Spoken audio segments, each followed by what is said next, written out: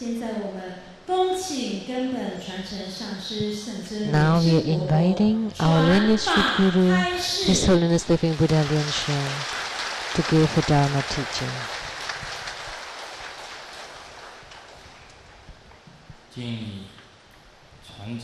Homage to the lineage gurus, the Venerable Monk Liaoming,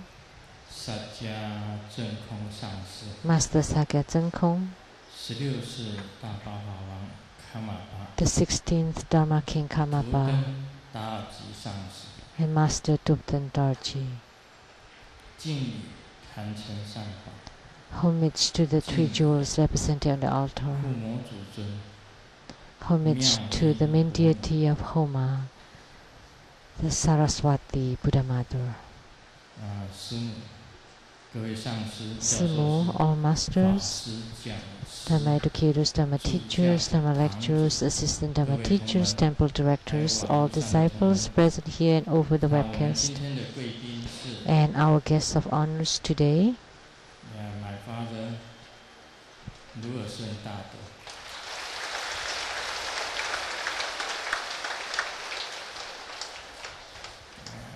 my older sister, Lian, second sister, Lian and the husband, third sister, Lian and the husband,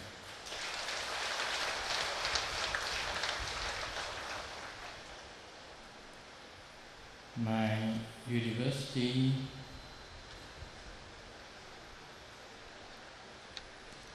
same classmate have the 9 people.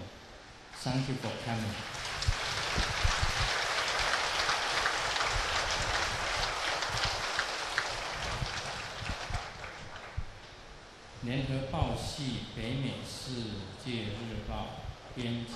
And from the world newspaper from North America, the editor, Miss Tsang. From Taizongsi, the Golden Mother Temple, Cihui Temple, the President Zhu.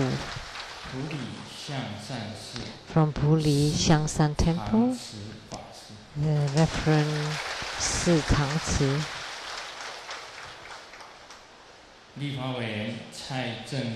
And the legislator Chai.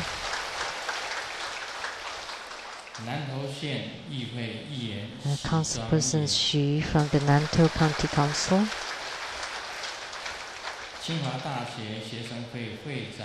From Tsinghua University Student Association, President Liu. From Academia Sinica, Professor Zhu.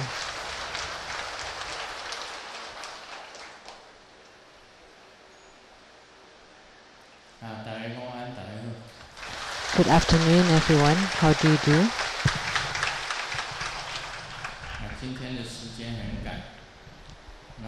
We don't have much time today.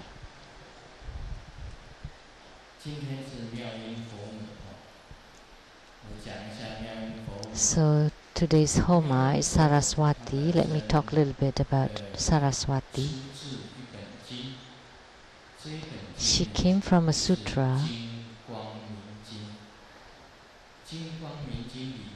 which is the sutra of the pure light. And there is it's mentioned there's Lokaswara. She has several different names. Saraswati, which is the goddess of wonderful sound, the goddess of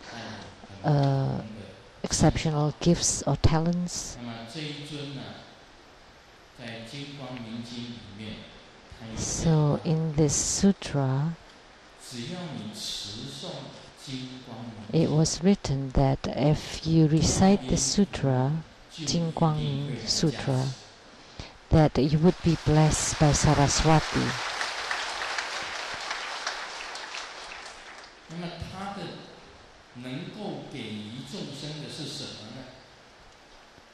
So what does she bestow upon sentient beings?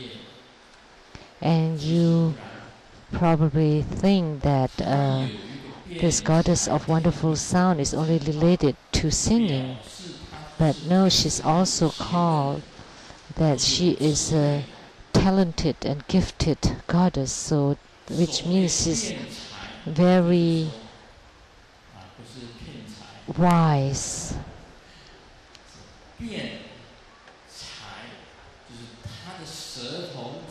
That she has eloquence, the goddess of eloquence, that her sound or her voice or her words are very wise and can bestow wisdom to people.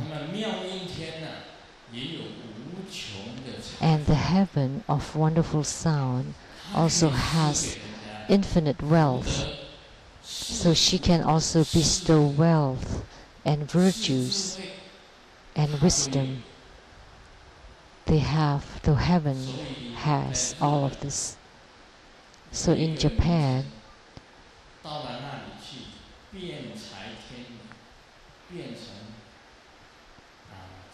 the goddess of eloquence became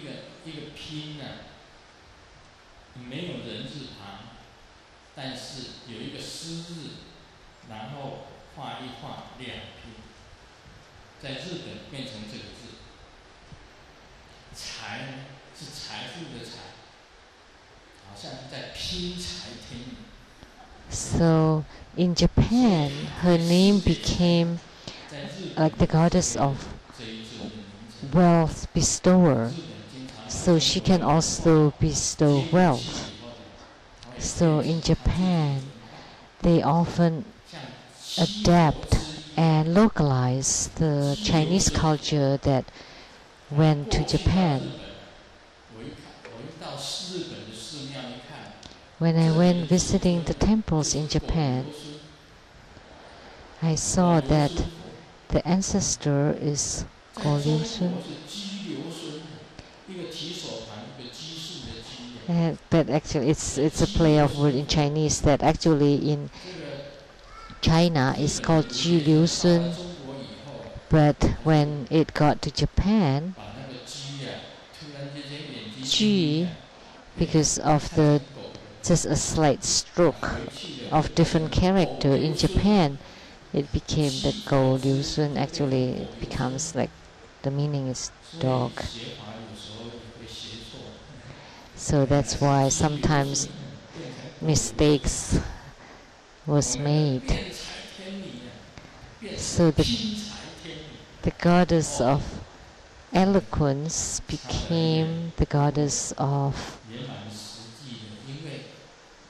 wealth. That's a great distance, but they're all the same because wealth, blessings, wisdom could be bestowed by Saraswati, and she can give purification, blessings, harmony, and subjugation. So this goddess is one of the great goddesses. She's also called the Buddha Mother of Wonderful Sound because she is a relative of Yamantaka. She is the Buddha Mother of Yamantaka. So she is very mighty because Yamantaka is there.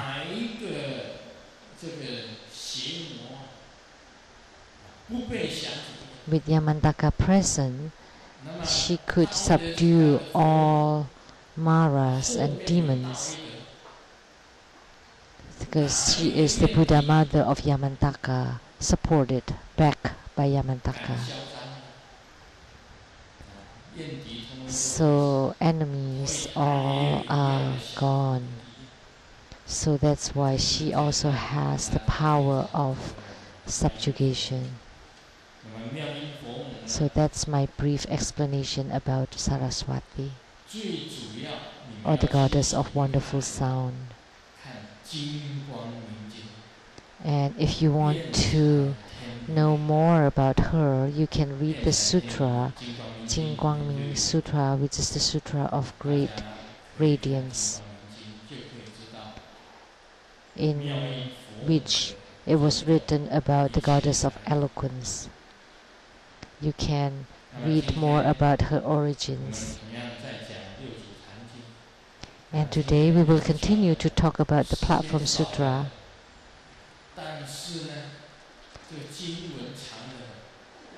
You know what a coincidence that we have such a short time, but the sutra, the excerpt that we want to cover today is very long. So I did the Homa in a very swift way and completed the Homa as fast as I could, because the excerpt of the sutra is very long, and this is an incredible part of the sutra.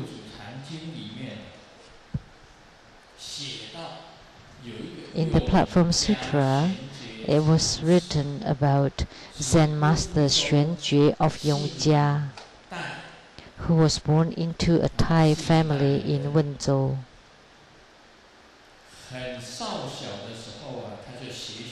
Ever since he was very young, he started to study the sutras and was well versed in the stop and see tradition of the Tiantai school.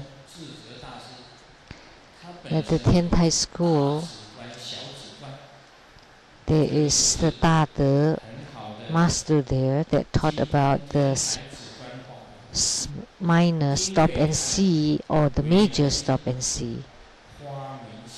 And his understanding of the mind arose from reading the Vimalakirti Sutra. What does it mean with understanding of the mind? Is enlightenment, is inspiration, and opening of the mind, attaining of the fruition.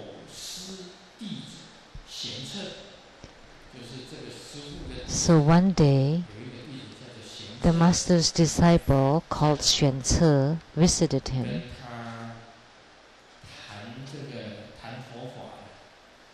and talked about the Buddha Dharma, and he found that the words complied with the words of the past masters.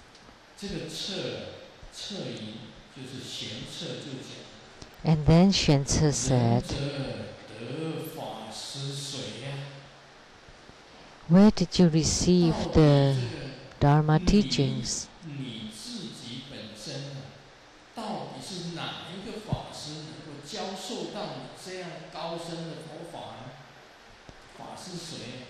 So who taught you such a supreme Dharma teachings? And then Xuan-jue replied,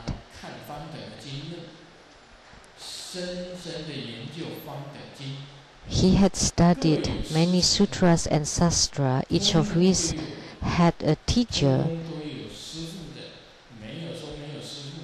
So each of the sutras and sastras he studied had a teacher.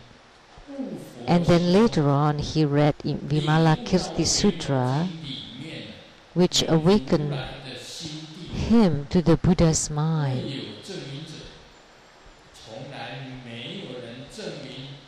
But nobody had confirmed it, that he is an enlightened one. And then Xuan-ce said,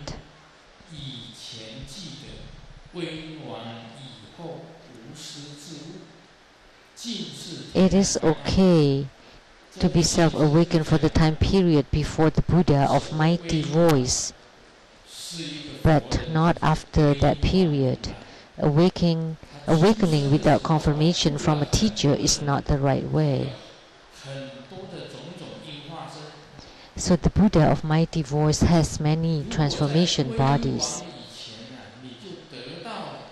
So if you were enlightened prior to the Buddha of the mighty voice,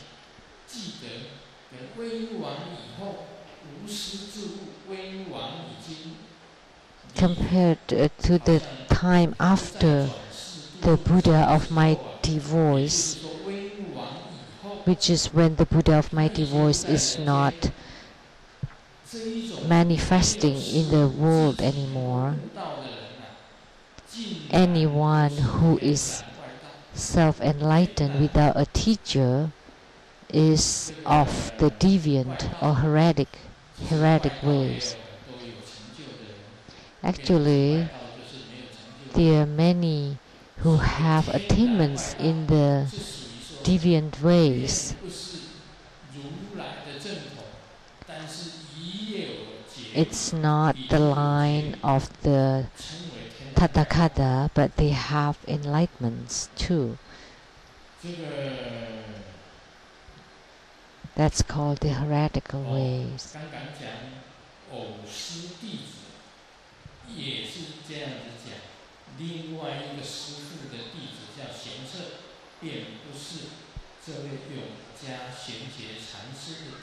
So Xuan-Ce is the disciple of the sixth patriarch, not the disciple of the Zen master Xuan-Jue.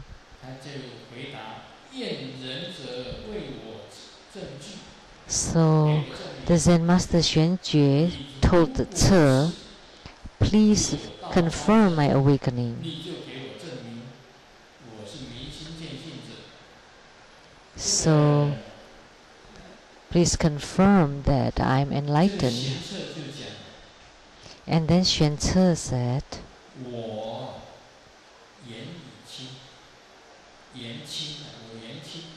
my words are lightweight. So, generally speaking, when my words do not carry much weight, as people don't necessarily believe what I say,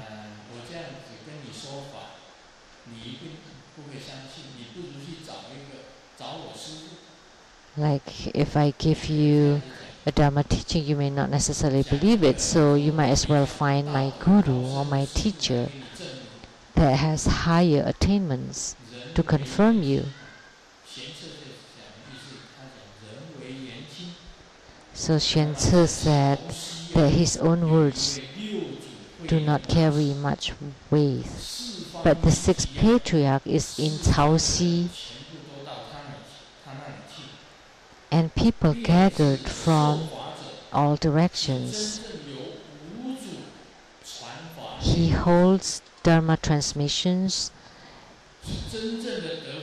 His Dharma was transmitted from the fifth patriarch, so if you want to go, I will accompany you.